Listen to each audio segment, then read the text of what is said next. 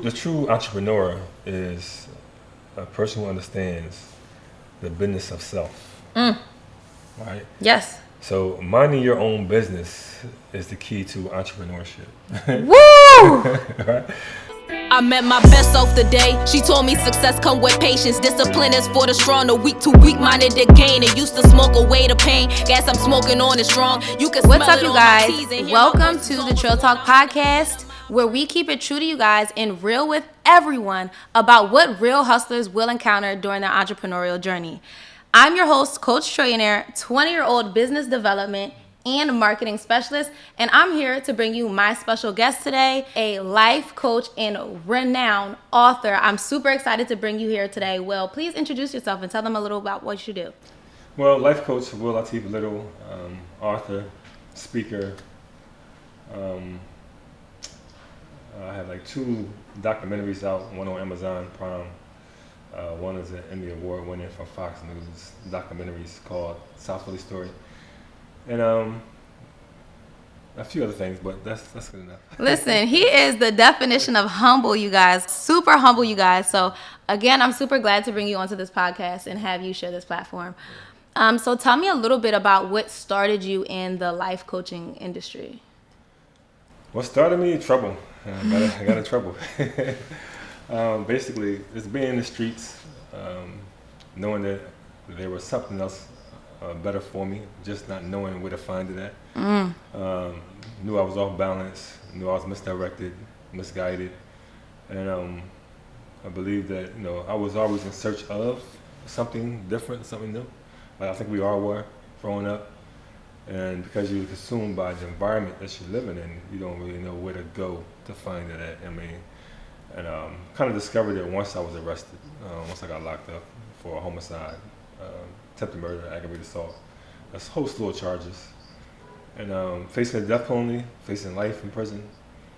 And then my girlfriend at the time, she was pregnant, so I was like 19 years old, she was like 17 years old, and just had a thought about how would I raise my son in jail for the rest of my life. And how could I raise him anyway, not even being a man yet, not knowing how to be a father, not knowing how to be a man. So one of the things I did, knowing that he was coming to this world, I wanted to offer him something different, even though I was offering him from the cell or if I was going to be home in the street with him. And that is a new me, a new mentality, a new approach to life, guidance, knowledge, direction, and I had to get that. So I went on a journey of personal development. So tell me a little bit about the difference between, the personal development process and you actually becoming a coach. Well, I think it's more so knowing that that's your calling, knowing you have a purpose.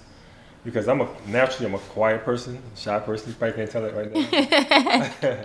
I'm an introvert by nature. I was born an introvert, but just seeking knowledge. Like I always was a knowledge seeker. Even as a kid, 8 years old, 7 years old, I would think about crazy things in my head. Couldn't figure it out at the time. It was kind of scary to even think about the things I thought about. So just had that passion and that purpose just pushing at me as a young kid. I didn't know what it was.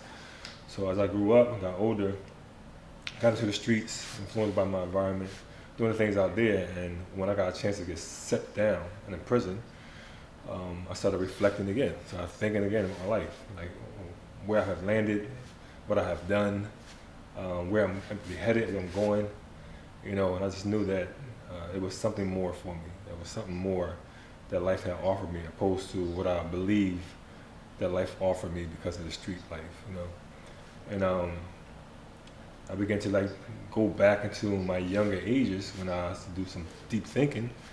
And now that I'm a little older, 19 years old, comprehending a little bit better, got more awareness, and I started thinking a little bit more deeper in that moment, this is my life right now, and how can I change it? And tell me a little bit about what you mean when you say, I was younger and I was thinking about things that they could kind of scare me. What are those thoughts? Well, those thoughts about life in general. I mean, I thought about life, I thought about death. And when you see people die at a young age, you don't know what that means, what it is. You just know you're going to see them again. And for me, I'm like a deep thinker. I'm like, all right, what is this all about? I'm going to be in this world, I'm going to die, then what? Right. I'm saying, what's after this? What's out there? The space and time, and it's over after that? Nothing more? I think that's such a deep comment because, I think a lot of us get to a point where we ponder those questions. Mm-hmm. What is life? What is life after death? What happens? Right. Do your eyes just close? Do I go somewhere? Is heaven real?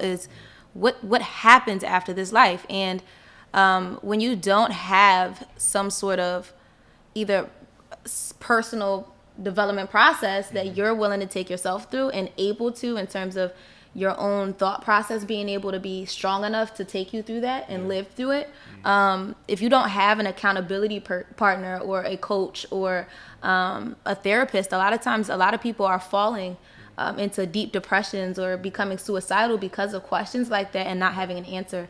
And even for myself, back in 2020, I actually attempted suicide, not knowing what direction to go into after asking those questions and not receiving the answers back from people that I expected to get the right answers from. So I really appreciate you sharing that particular part, because I think a lot of people, especially young people right now, are at that point of, what is this? What is life? I had some people tell me there's heaven and believe in God and be Christian. I had some people tell me, go be Muslim, go do this, go do that. And they don't know why. Right. They're still feeling forced rather than being guided. So I really appreciate what you do and the work you do. So why do you feel like, that personal development journey looks different for every person? Well, I think because we all have our own unique journey. That's why it's different. And it's all about the difference. There's a lot of things that are similar, a lot of things that are the same, but what is unique about certain things is the difference. Like even your fingerprints, it shows you that, right? Everybody got different fingerprints. Yeah. But we all are human beings, right? So the creator, and his magnificent ability and skills and talent and creativity designed the things that way. When you look at your personal journey, whatever you're going through in life is for you to go through. It's not for me to go through. It's for you to go through. So you can become the person that you're potentially created to become. And if you don't know who that person is, then your existence was for nothing. So, I like this question too. So I don't know if you know, so even though I'm a business coach, really where this comes from is me going through that personal development journey myself and falling to that rock bottom and being a deep thinker as well. So I relate to you very heavily with those characteristics. But I really wanted to get into, like you said, people's journey is different because they're going through things specifically meant for them. I want to get into that process of actually healing. And starting out with identifying your current traumas or your childhood traumas. How do you feel that you need to go through that process of identifying your traumas and then moving on to heal from them? Well, pain is, like I said, pain is an indication that something is wrong, right? So a lot of times we grow up in an environment such as this, we're not taught how to live, we learn how to survive. And what survival look like to us, what living look like to us, and it looks like what everybody else look like. Yes. So you become a product of that environment, and we all are a record of our experience. So whatever we experience from each other in our own personal journey, we develop in that manner, So that's why I say birds of a feather flock together. That's why I say association breeds similarities. Can I actually contrast with you on that one? Yeah. I think that association and that familiarity breeds content. So what's your take on that? Why do you believe that there's a different ideology behind those two between us? Well, I don't know. I don't know what the difference is. I just understand energy and vibration, and the fact that we are energy beings. Everything is moved by energy. Energy transcends and transforms. So the more you're around something, you absorb that energy, whether it's negative or positive. And before you know it, you'll be finishing somebody else's sentences. I agree. And so where I take it, I guess, as familiarity or association breeds content is that, and a lot of times I see that energy change and transfer end up in almost misunderstandings when you have beings who don't understand intellectually at the same level. So for example, if me and you become extremely close, but you're well beyond where I'm at intellectually, eventually you'll become a little bit, you'll slow your pace down a little bit to kind of fit where I'm at, right? Just as I'll speed my pace up a little bit to fit where you're at. We kind of meet in the middle and lock there. But you may begin to feel some sort of animosity towards me. You may begin to feel some sort of resentment towards me because you now slowed down for me. And I may begin to feel jealous of you because I know you're farther than me. So what I see a lot in just my peers' experiences is there's a lot of jealousy that kind of gets breathed just from ignorance or just from being too closely related to someone and knowing too much about what their everyday life looks like.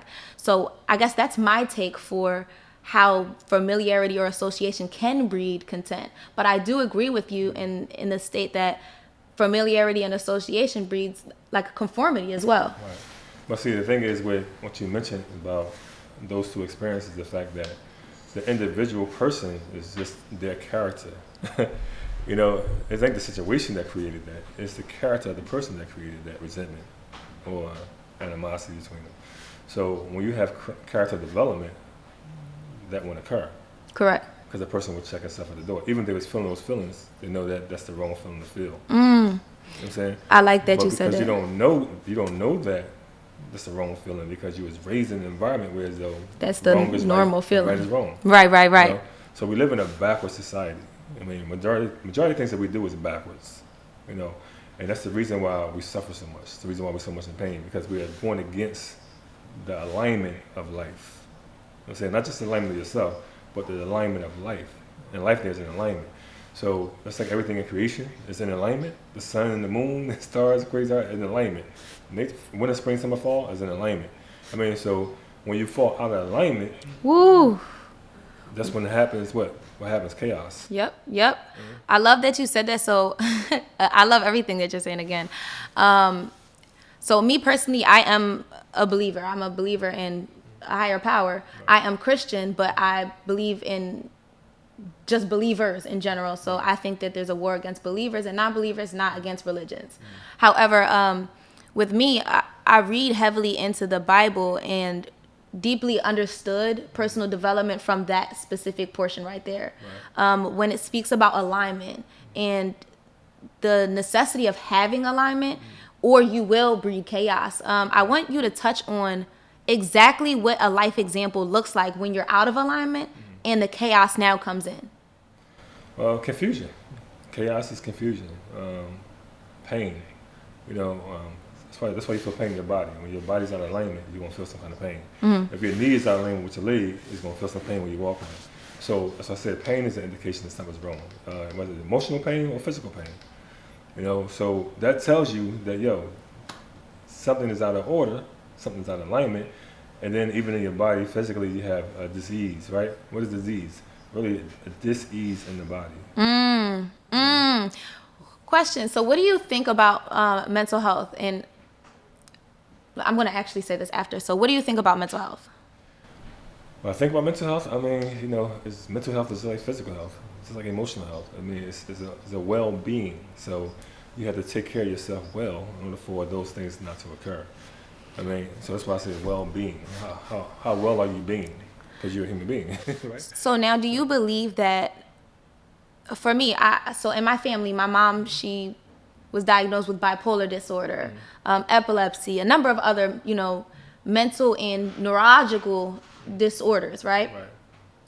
And I always believe that if you begin to identify those traumas, those triggers, and set boundaries and things of that nature, you'll begin to kind of break through those barriers. That frustration that is labeled as bipolar disorder that's coming out in spurts because you're never setting boundaries and you're never communicating, that kind of will simmer down. What is your take on, neurological and mental health disorders commonly being diagnosed and healed with medications? Do you think that that's the only solution? No, definitely. I think there's agenda also being passed because, America make money off of medicine. Correct. So it ain't about the cure. It's about the treatment. Yep. So they're going to push that initiative. That's why a lot of people try to push medicine in your face when you go to the doctors. Therapists try to push medicine in your face. So the thing is that anything you fight for, you get to keep. I'm saying, so you say I'm crazy. No, I'm crazy. Well, I can't relearn. I can't do this. Well, I'm diagnosed with this. I got bipolar disorder. If you fight for that, you get to keep it. Correct. Correct. Because your body responds to your mind. Whatever your mind tells your body believes it. It's like when you sleep and you have a nightmare. You think you're running somewhere in the jungle, chased by a dog, and you wake up in your bed.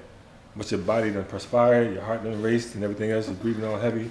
Why? Because your body believes that. So you get to keep what you fight for. I love that. I like I said, I really believe that is the truth. And just for anybody watching this as well, whether you're watching on the live version or on our recorded version, like I want you guys to understand how important it is to take care of yourself. You can't add value to anybody else if you don't maintain yourself first. Like I can't even have this podcast right now if today I didn't wake up and take my time to take my shower, just calm myself. Self-care is the best healthcare. Self-care is the best healthcare. So let y'all know that right there. Take care of yourself, mentally, emotionally, physically, spiritually. Self-care is the best healthcare because America is pushing medicine. Chemicals. Chemicals. Woo! Like, where did y'all get this from? I want to know how you made this before you put it in my body. I want to ask you now about your new book that you released. Take Your Life the Back. I'm taking my life the back. Y'all taking your life the back. Tell me a little bit about that book and how you come up with that title. Well, basically, this is my second book. So my first book was my autobiography, Life and Times of Will Little. And in that, I just told my story. I mean, a lot of people related to the story, how I grew up, my parents, prison life, back on the street. But there's also a part in the story that I did not tell, and that is the howness. You know what I'm saying? You can say do this and do that, but then it's hard if you don't know how. How? Woo! You know what I'm saying? So I wanted to give the how on the transformation. The how I got to where I'm at today, mentally, emotionally, physically, spiritually. So I decided, I write this book like a year ago. I've been telling, somebody was been telling like, write another book, write another book. I ain't had time to do it. I was moving around, I was running shows, I was traveling, speaking. So I was like, I want to write this book, so I'm putting it in the back of my head. But I'm writing the book in my head as I go around doing certain things. So last year I decided to take 3 months to write a book. I want to challenge myself. I mean, because the first book took me a whole year to write. So I said, I'm going to challenge myself to write a book in 3 months. June to September last year. So when I started it, I wrote like 4 chapters of it. Then I was unemployed too, so I now had to look for a job, get a career, and start making some money because I wanted to move from the apartment I was in to a house. And I said, right now is not the time to do it. So I started focusing on work, trying to get money, wound up getting another contract. Moved into a house, my money, I moved into a house. Congratulations. Thank you. Got a contract probably like 2 months later from my first book. Actually, I gave a guy my book probably 5 years ago. He just read it that year, and when he read it, he runs a whole school. So he's like, yo, I just bought 150 of your books for my students. I was like, that's what's up. I appreciate that. So I come down and I speak at the graduation for free. He said, no, I'll pay you to come down. So I said, all right, bet. So then I wound up start offering my service to like the students, because I know a lot of students are going through a lot of things mentally and emotionally, right, from trauma. But these are adult students. These are not even young students. These are like 18 to 45, 50 years old, because it's a trade school. So we set up something to hook it up, and I went in there and I started working with them doing personal development in the school. So I created PD after that. So I said, let me create something for the community, because I was doing classes South Philly, Nicetown, Germantown, and different nutritious clubs, because I sold Herbalife at one time. And that's what people really needed. They trying to work out so they can get rid of stress or the depression. But I seen that they needed something more than just working out. Right, it's way deeper. So I offer free classes for them to come to my classes, and people start coming to classes. They had like 40 people sometimes 10, sometimes 30. And I understood that our people didn't know the importance of investing in themselves, because as I traveled around the country, the audiences I spoke to were about 600 white millionaires you know, and their families and their children, multi-millionaires, 50 million, 40 million, 100 million. You know, and I was like, this is something that we need in our community in Philadelphia. You know, so when COVID happened, I had like a 20 state tour, something like that I was gonna do, but it shut down. So I had to, you know, improvise and had to be creative, go back to cutting hair because I was a barber too.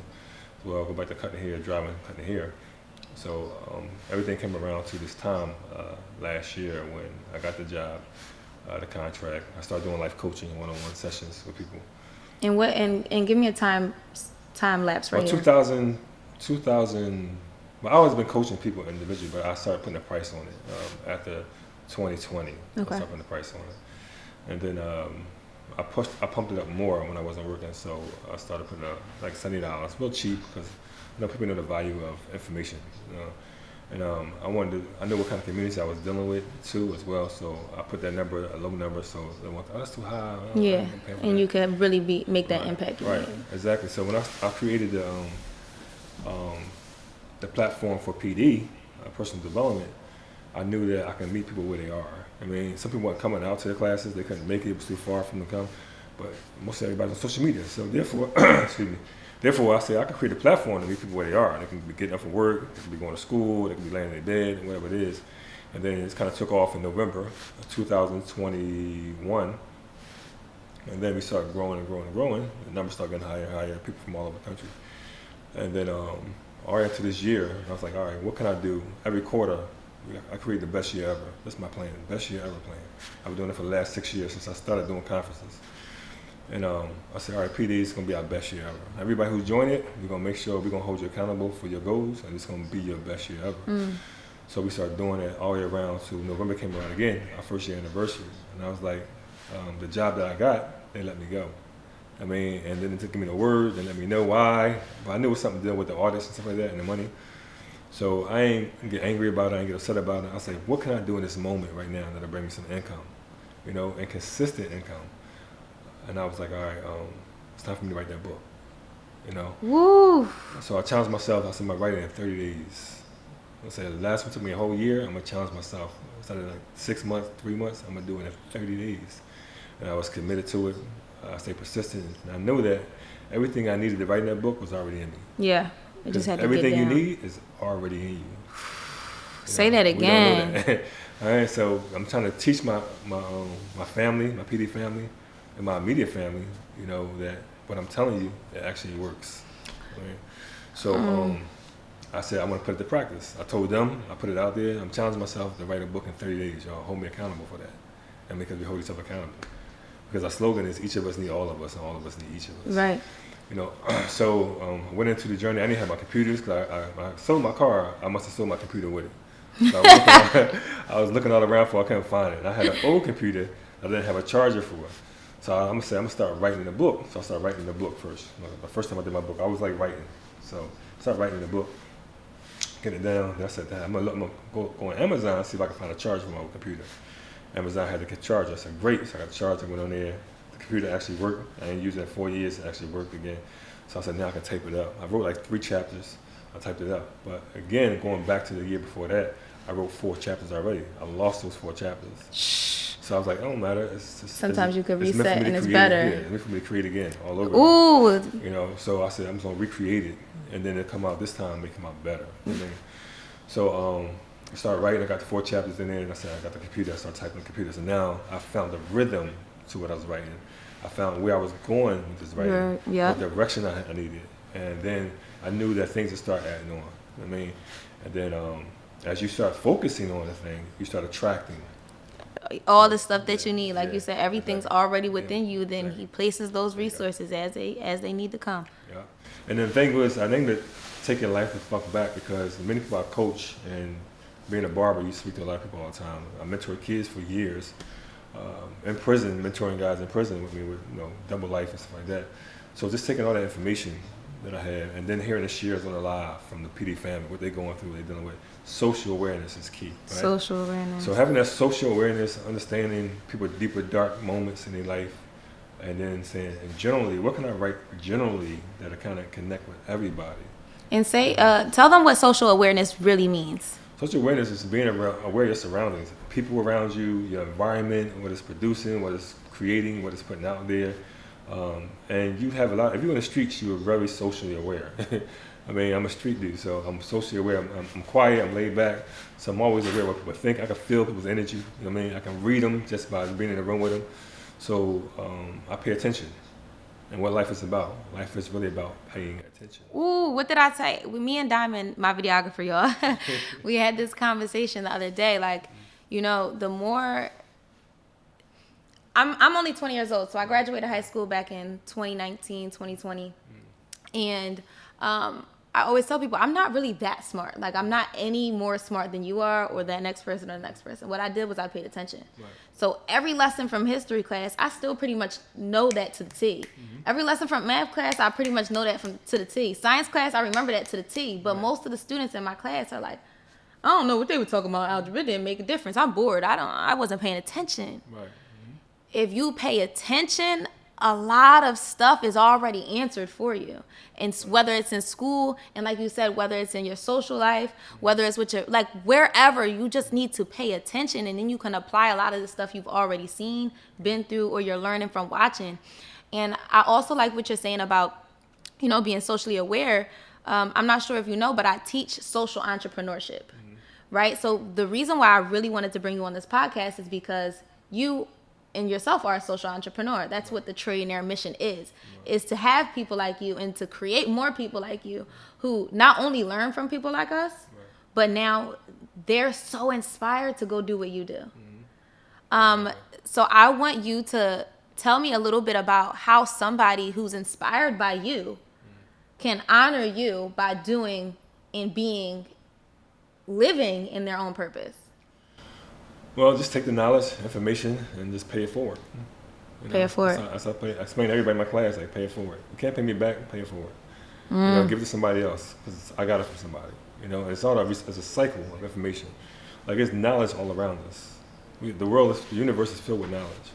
You know, so all it's doing is recycling itself.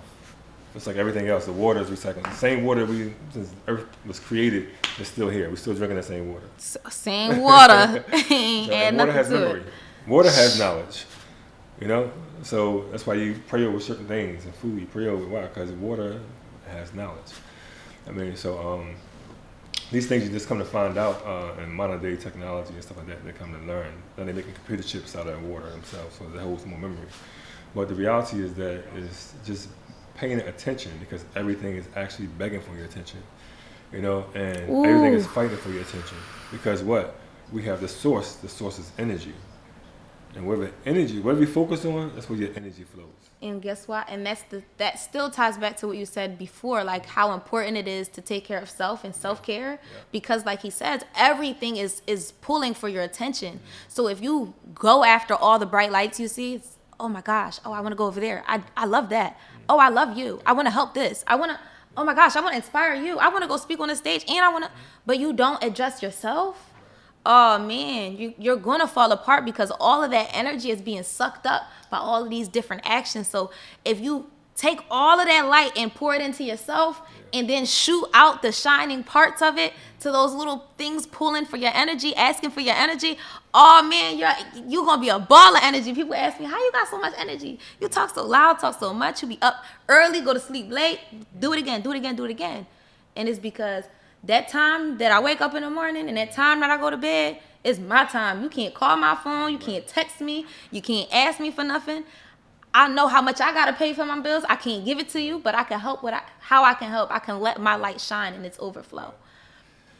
Now, what is your goal? You know what? Before I even ask this question, right? I want to touch on that story that you told, like your timeline and your experience from life coaching and personal development. I think it's very important for entrepreneurs to understand what you shared. Right. Tell me a little bit about what it took in terms of the amount of effort, the amount of emotions, the amount of trial and error that it has taken for you to get to this place. Even though you told me your story, I want you to tell me, like in a few words, really how that felt to have to go through all of this journey to get here. I mean, how did it feel? It's just having the patience to deal with it. I mean, the patience to go through certain things and being humble about it. You know, because it's all about how you see it, right? If you think you're entitled to something, then of course you're gonna go through it with anger, fear, frustration, because your needs are not being met. I mean, your expectations are not being met. But when you understand life is a journey, it's a process to that journey, and as you're going through the process, you're pulling. Like it's an attraction, right? We don't know about these universal laws, so when you're in a world where it has rules, the same thing you're in a game. I explain this way: if you're in a football game or basketball game or any kind of sports game, if you go to that game and not knowing the rules, you're going to eventually get teched out, fouled out, or kicked out, right? That's just the same as life. We're in a game, we don't know the rules to the game. So that's why people are giving up. That's why they're going to drugs, they commit suicide, they commit violence. I mean, they feeling beat down, overwhelmed, I mean, confused, chaotic life. I mean, living in survival mode. Why? Because we don't know the rules to the game. And where can they find these? They find the rules to the game and take your life the back. Take your life the back, you guys. Where can they purchase this book? From me. They can DM me on my Instagram page. You can Google my name, Latif Little, and you'll find my website too. You can go in there and send me an email through my website, and then I'll get that email. But just reach out to me. I have my other book on Amazon. I'm not putting it on Amazon no more. They robbing me, so. My videographer is over here signaling to me, y'all. I'm snitching. But yeah, so we'll be right back to give you some more info and some more quick deets on how to elevate your life, how to grow, and how to hustle in your business. So I want to talk about where we last left off. By looking at my notes and hearing what you just told me, I feel like... I hear what you're saying, but I feel like I'm not being heard or seen. And that if I do talk, I feel like I'm being judged. I didn't think of it that way. I was just so upset in the moment. I just want them to hear me out. I'm fully listening to everyone else, but no one else takes the time to listen to me. I give a lot, I really do. But all I'm asking is just hear me out. 5 minutes. I give everyone weeks of my time, when no one can actually just give me 5 minutes of theirs to actually care about what I'm saying or what I'm going through.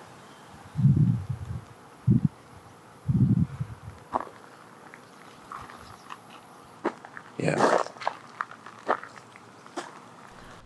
What's up, you guys? It's Coach Trainer, and I'm back with Will. We're going to give you guys the inside scoop on what it looks like and feels like to be in a PD class. So, Will, are you okay with acting as if I'm one of your students today?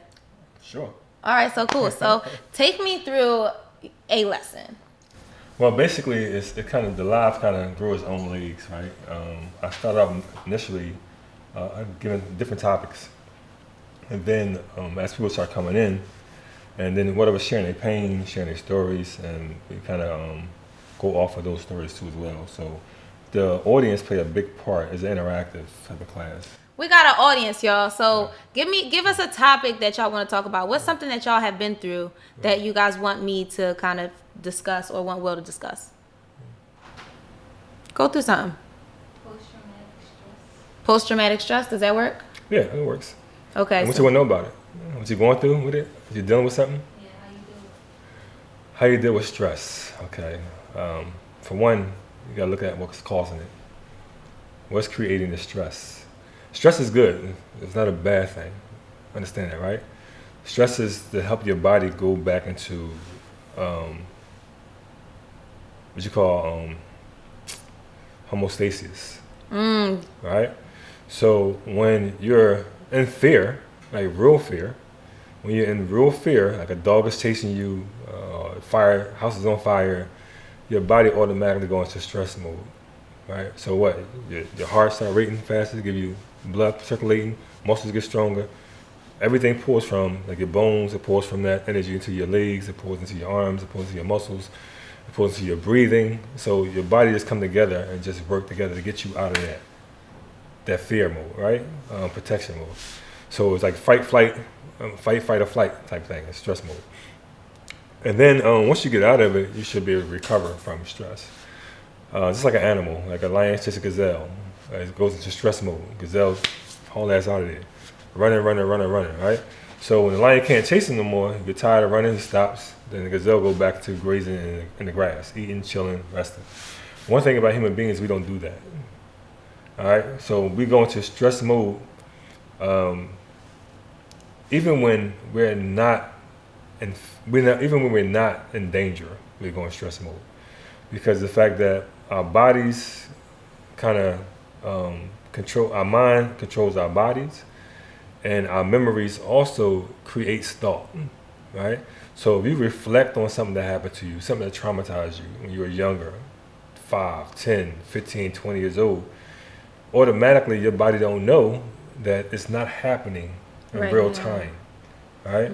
It's being predicated by thought. So by you thinking it, your body automatically going to act like, okay, it's going to go into stress mode automatically. And when you go into stress mode, it's a chemical reaction. It starts producing these chemicals that then your body is drawn from each other, but you're not using it because you're not running away, you're not hiding away. I mean, so the thing automatically, like a lot of people are living in stress mode, period, because they're frustrated with life or the job they're working in, they don't want to be there, and everything else. So you automatically go in survival mode. Can I ask a quick question? So I end up stressing on both spectrums, right? So like you said, we're talking about post-traumatic stress right now. So things that happened in the past, and now we're experiencing a lot of stress and trauma from that now. But I also experience a lot of stress when it comes to me looking too far in the future. When I'm like, hey, okay, I feel like I should be here, but I'm looking at my real life and I'm only here.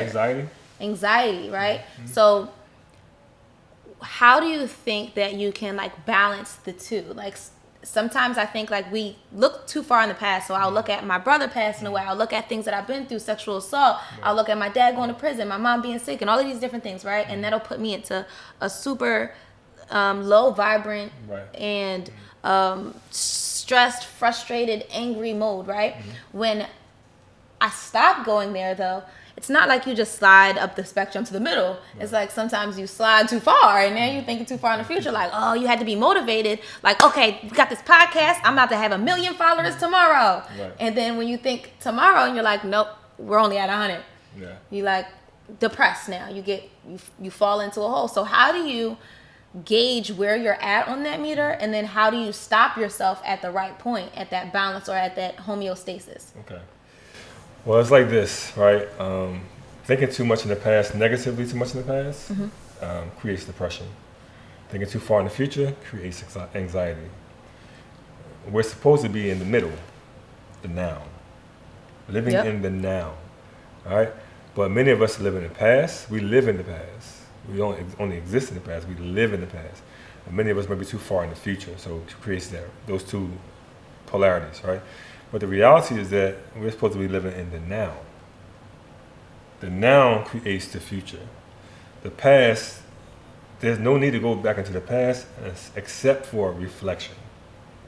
That's all the past is used for, to reflect. Ooh, and for my trillionaires here, I want y'all to understand, this is the first step in being a trillionaire. So the first step to becoming a trillionaire is self-reflection. And then we move on to self-elevation, self-growth, and so on and so forth. But self-reflection, what he's saying, you guys, is super important, that like the past isn't supposed to be used as a staying point, as a living point. It's supposed to be used as a reference point for where you're at now, so you can use those tools and lessons, those gems you learned then, maybe even those social experiences, right? And now apply them to your now so that your future can be a little bit better. But the future shouldn't be a stressor because we can't control that. And also, one more thing I want to tie you guys. He also spoke about the importance of living in the now, and earlier said, you have all of the tools right now. You have everything within yourself, right? So I could have been like, I can't do this podcast, y'all. I can't do this podcast because this isn't supposed to be a podcast area. It was supposed to be an Airbnb, and I don't have enough cameras, and we don't have enough lights, and we don't have the right people, and I didn't start the podcast yet, so I don't want to bring him on, and he'd be the first person to interview, and I don't want to do that. I could have said all of these things, but I had all of this within me already. I already had all these ideas on this paper already. I already had the idea to connect with with you already. I already had these people around me already. I didn't have to go outside of my network. I didn't have to go outside of my experience from the past to get where I'm at in the future. All of the resources came to me at the right timing. All of the places came to me because of my energy. Like you said, you attract the right energy. And so when you look at now, you guys, he's not just saying, okay, like, let me just look at what's going on in my life right now and just be okay with what's going on. He's saying utilize the resources and the situations around you that you have to build you to where you're trying to go. Not just sit there, not just dwell in, not just be, but utilize your now. Exactly. Great. And that's how you get rid of the stress, right? When you approach life every day living in the now, what is the next best thing for me to do right now? All right, instead of reflecting on the past, because you're in a car, right? And the car you're driving in is supposed to be moving forward. A lot of us we're trying to drive forward, looking in the rearview mirror. All right, get rid of your rearview mirror and just look at that windshield. That's why it's that big. The windshield is that big for a reason. We look in this little rearview mirror at our life and think that we can't go further, and we wind up crashing and burning. So reflection only is for the past. Reflection is the key to what? Understanding who you are, who you have become. You know, why you are where you are, where you are. And then you take steps to have that awareness to create now, I'm aware of myself. Now, how do I manage myself? How do I manage myself? So that's almost the self-care or that, so boom, you're doing self-reflection so that you're self-aware. Yeah. That's step one. Right. Then step two is you are. See, what self-reflection is this, right? It's many breakdowns. I have this, I share in my book.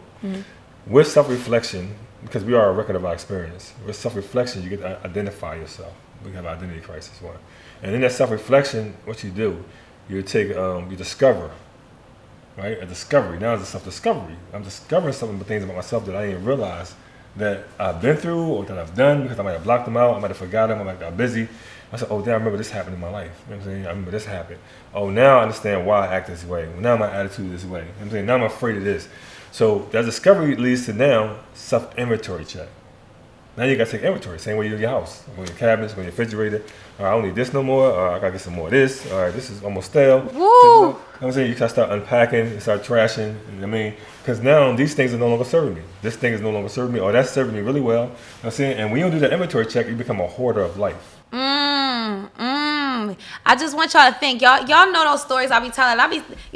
Listen, we got a lot of young entrepreneurs. We got a lot of older entrepreneurs in this community. But for my young entrepreneurs, I be warning y'all, right? We have a lot of older people we around right now that you think got the guidance for you that don't have it, right?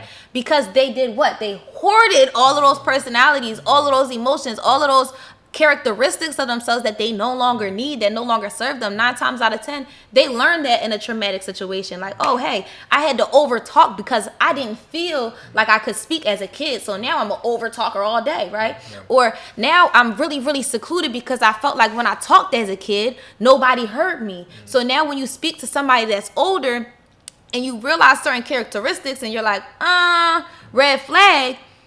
Sometimes as younger entrepreneurs, I've been in this place where you try to identify other people's red flags for them. Oh, this is what's wrong with you. This is what's wrong with you. This is what you need to fix. This is what you need more of. But you have to understand that, like he's saying, it's a journey of self-discovery, self-growth, self-awareness, self. So if they're not willing to be on that journey, do not drag them along. And this doesn't just go for older or younger. This goes for all walks of life, people of all ages, people in all areas.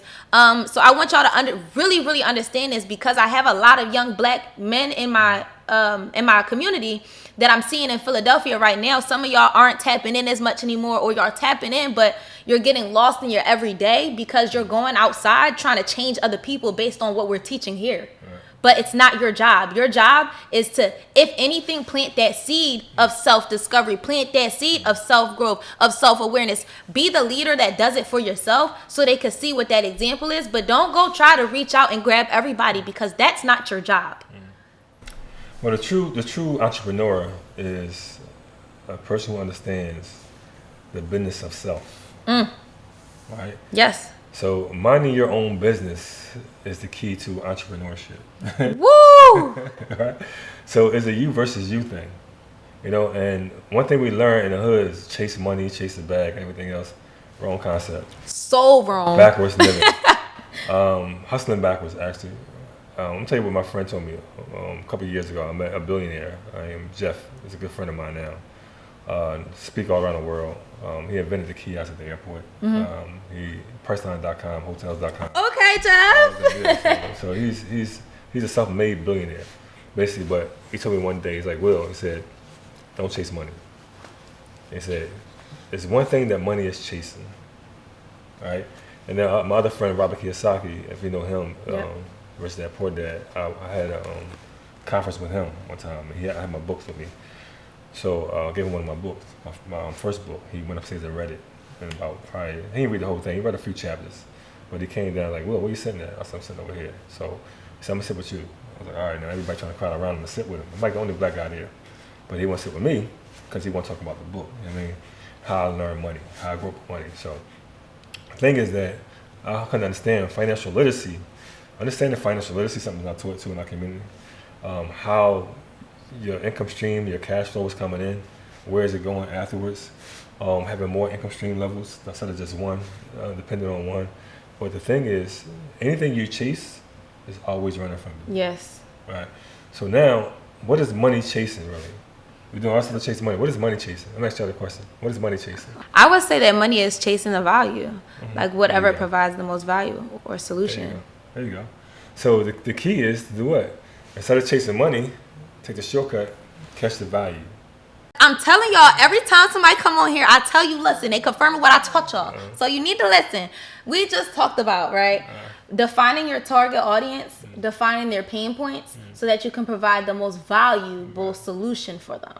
And instead of trying to chase the money in that person and say, oh, okay, well, my program is $1,500. No, you're really trying to chase being the best solution for this person and providing the most value every time you speak to them. Because at that point now, one, like you said, the money gonna chase you. Like there's no other solution for them in their eyes. Right. But also because when you're doing stuff out of love and doing stuff out of just the desire to make that impact, it's so much more fulfilling in itself.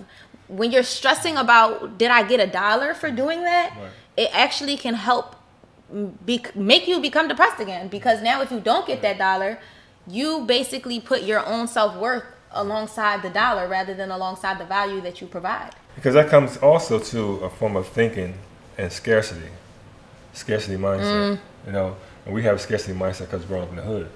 But you understand, like you said, everything you have is already in you. That's an abundant mindset. Right? We don't have that abundant mindset to know that the universe is like this. How the creator designed the universe is to what? Is to reinforce itself, is to basically sustain itself and everything else. So we have a thing called reciprocation. You know, so energy does what? It transcends and it transforms. Even though I might give you $500 for stay a night here because I need to stay here, that may come from somewhere else. Facts. I mean, and food. It may come from somebody put my car new. You know, so we gotta start looking at things like money is paper money and plastic is everything. No, currency is an energy. That's why they call money currency. It's an energy. I mean, so whatever energy you're putting out, that's the currency you're receiving. And you know, I like that you say that too. It's funny. I just spoke with my nephew yesterday. He's about 13. And I'm like, hey, I want to teach you foreign exchange. And he's like, what is that? I'm like, you know, I explained it to him, basically breaking it down into currencies. Like, hey, well, do you know in America we use the US dollar, and over in Japan or in Asia they use like yens, and in Europe some places they use pesos. Well, also when you do a bunch of work, somebody does what? They pay you in whatever form they got to pay you. So that's a currency exchange. Whether I work hard and energy, whether I give you money, that's a currency exchange. So he's like, oh yeah, Auntie, I get that. And I realized that when you break it down so simple into the terms of life, people understand a lot more than when you break it down into facts or break it down into numbers, statistics, or even dollars. People don't understand the value of dollars. How much is $120 actually worth when you compare it to how much is 120 yens worth? They don't know. So I like that you said too that it's really an energy exchange and not even a numerical or a dollar or a currency. It's nothing other than energy, because when you take it back to the beginning of money, we understand that it's literally just a trading tool. We used to trade a log for a piece of chicken. When did money come into the play? When a big corporation of people said, let me print something to make it more worth my while to allow them to trade. So I really like that you're clarifying that, especially for this group of people, because as entrepreneurs at the base level, we need to understand energy exchange before we can understand transactions and receiving transactions, because we'll never understand why we're not or why we are receiving the transactions we do. So now last thing I really want to hop into real quick is I want you to give like 2 direct tips, like the 2 biggest things that helped you become a successful entrepreneur. Well, one is understanding your value, your worth, right? That's doing that self-development, personal journey. Like, everything starts with your personal growth, right? And your connection to the creation. And having an awareness and knowledge on how you fit in, where do you fit in this universe, in this world, and what you provide. Are you an asset or your liability? Or are you just seeing people do things and you want to do that too because you see they're making money off it? You know, you want to be a replica of that or a carbon copy of that. You know, and a lot of times we do that and we fail. We fail miserably because like I see a person over there, they're getting money. I'm gonna do that what they're doing, or I'm gonna do what she's doing. You can't do what they're doing because you're not bringing the same kind of vibrational energy they're bringing to that. Because it's deeper than the surface. It's the undercurrent, right? It's like the Schuylkill River. It looks smooth on top, but you go in that joint, you're gonna get the undercurrent. Right? So the reality is that when you have a business, your character is the most important thing. Because regardless of what you're selling, if you don't have the right character, nobody's gonna buy it from you. Fixed. People buy for 2 reasons. They like what you got, or they like you. Or they buy for those 2 reasons, period. You know what I'm saying? And the reality is that being an entrepreneur also is that you gotta understand what I call the 90-10 rule. The 90-10 rule is this: 90% of the people that know you will not support you. 10% of them will, the ones that really love you, right? And then also, 90% of the people who don't know you will support you, and 10% won't. So you gotta understand the 90-10 rule. You know what I'm saying? So don't expect your family members, your friends, oh, they're gonna support me. No, because they're gonna look at you as they always looked at you. Right? How you the person that's gonna help me make $1 million? You just was sleeping on my grandmama's couch 5 years ago. Exactly. No. They don't know that you have grown, and you're changing, you're transforming. So as you reinvent yourself constantly over and over, you gotta reintroduce yourself. That's where I was saying, let's debate, where I was like, familiarity to me, it breeds content rather than it breeding, you know, that conformity that we were speaking about. But I get where you're coming from in terms of the conformity too, because I think that a lot of times what happens is maybe in our past relationships with people, they probably conformed to where we were. Yeah. And now that we've elevated past that, they're not understanding, like, wait, why did you grow out of that? I went with you. Right. And I lived this. He's not a member, y'all. Don't go tell my family I be talking about them to y'all. I be trying to give y'all the scoop, okay? But I have a brother, right? Uh-huh. And he wants to start these businesses. He's like, I want to start a clothing line. I want to start a podcast. I want to do all this stuff. I said, bro, I've been talking to you about doing this for about 5 years now. Mm-hmm. And where he's trying to start is where I started 5 years ago. Selling out the trunk, making them himself, doing it the hard way. And I'm like, 5 years ago, I was doing it wrong. I done grown past that now. Right. I done got my crew. I got a team. I got tools. I got resources. I know how to drop ship and not do all of the hot press and all of the printing myself from the bottom. I know to not step in without a business plan. And what? Oh, talk into the mic? Oh, sorry. So I'm trying to explain to him, like, hey, listen, you don't want to start where I was failing. You want to start where I'm doing it successfully. Right. And so he's starting to get it. But what happened was he conformed so much with me. He was so close with me during that period in time where I was doing it the hard way. And when I was that person 5 years ago, young, immature, you know, I was too worried about everybody else. I was doing it for the money. Even though I made an impact, it was like if I didn't make $20, I was so depressed about that. So now what happens is now he is so self-identified by what he can bring in. he's so self-identified by how many businesses he can start unsuccessfully, but just have that business to him. So I definitely see where you're saying familiarity breeds that conformity. And I think it actually can, easily turn into both. So know your people just as much as you say, self-analyze and understand yourself. You need to understand who's around you and what their characteristics are, even if they don't know it for themselves. So we have a need to fit in. All right, we have a need to fit in, and we don't want to be left out. And that's a human need, right? To be accepted is a human need. To fit in is a human need. That's why you have all these different cliques in school and stuff like that, right? So you can't do that when you trying to fit in everything, different personalities, different versions of yourself. You're just trying to fit in, and you're not fitting in anywhere because you're out of place, right? In reality, because you're not really being your true self. Right. So in order for you to be a real good entrepreneur, is to really have that one version of yourself that shows up everywhere you show up, and you got to show up after you show up. Show up, show out. It's a blowout. So that's the character. I mean, knowing your target audience, know that you provide a need for somebody, because it's really about providing a need. Providing a need for somebody. What else? Making sure your product is good too as well. Building good relationships along with being an entrepreneur, and your integrity is everything too as well. Keeping your integrity. These are the things that will attract. This is the characteristics, because words. We say words are powerful. Words are not powerful. All right. Words are potential. You are the power. You are the power. The word becomes powerful when you embody the word. Are you disciplined When you become enough? humble, when you become focused, when you become skillful, you embody the word. So our business becomes viable because what? One, I understand what the real value lies in: my energy, right? My time, and my skill. That's what I charge for. All right, I charge for my energy, my time, my skill. That's the value that I bring. Woo. Listen, y'all. So just give Will a round of applause, even if you're not here.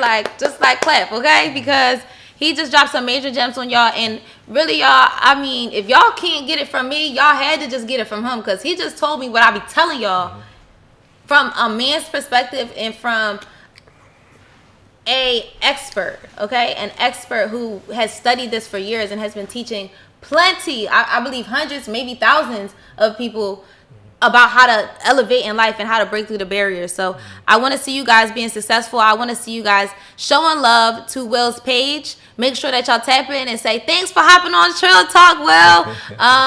And just tune in. So is there anything else that you want them to be checking out from your page before we go? Well, I mean, they can always join the live class. It's free. I mean, they can jump on the live on Latif_Musin page. Be a part of the community. We're building a village here in Philadelphia and also around the country to get people to really identify their true self and really have relationships that are solid. I mean, not based on money. I mean, not based on me selling you something, but really based on true value. Ooh. So that way we can really prosper as a community, especially Black and brown people. I mean, because we're way behind in this thing called life in general. But it's only because we wasn't taught correctly. But now you have the information to help us here. Participate in your own rescue. Woo, participate. It takes you to be in it. You have to be at the forefront of your own rescue. Take your life the back, like he said, and make sure that y'all go grab the book. Tap into those morning lives. You go 7:30. Yeah, 7 o'clock a.m. to 8 to 9. 7 to 9 a.m. I'm going to drop his Instagram below as well. Follow him, show love, and thank you guys so much for tuning in to Trill Talk Podcast. I hope that you learned so much and gathered the gems that you need to grow, elevate, and hustle today. Thank you again. Have a great night. Great job. That was nice. Thank you. I appreciate that. With patience, discipline is for the strong, the weak too weak-minded to gain. It used to smoke away the pain. Gas I'm smoking on is strong. You can smell it on my teeth and hear my voice is almost gone. I'm in a better mind frame.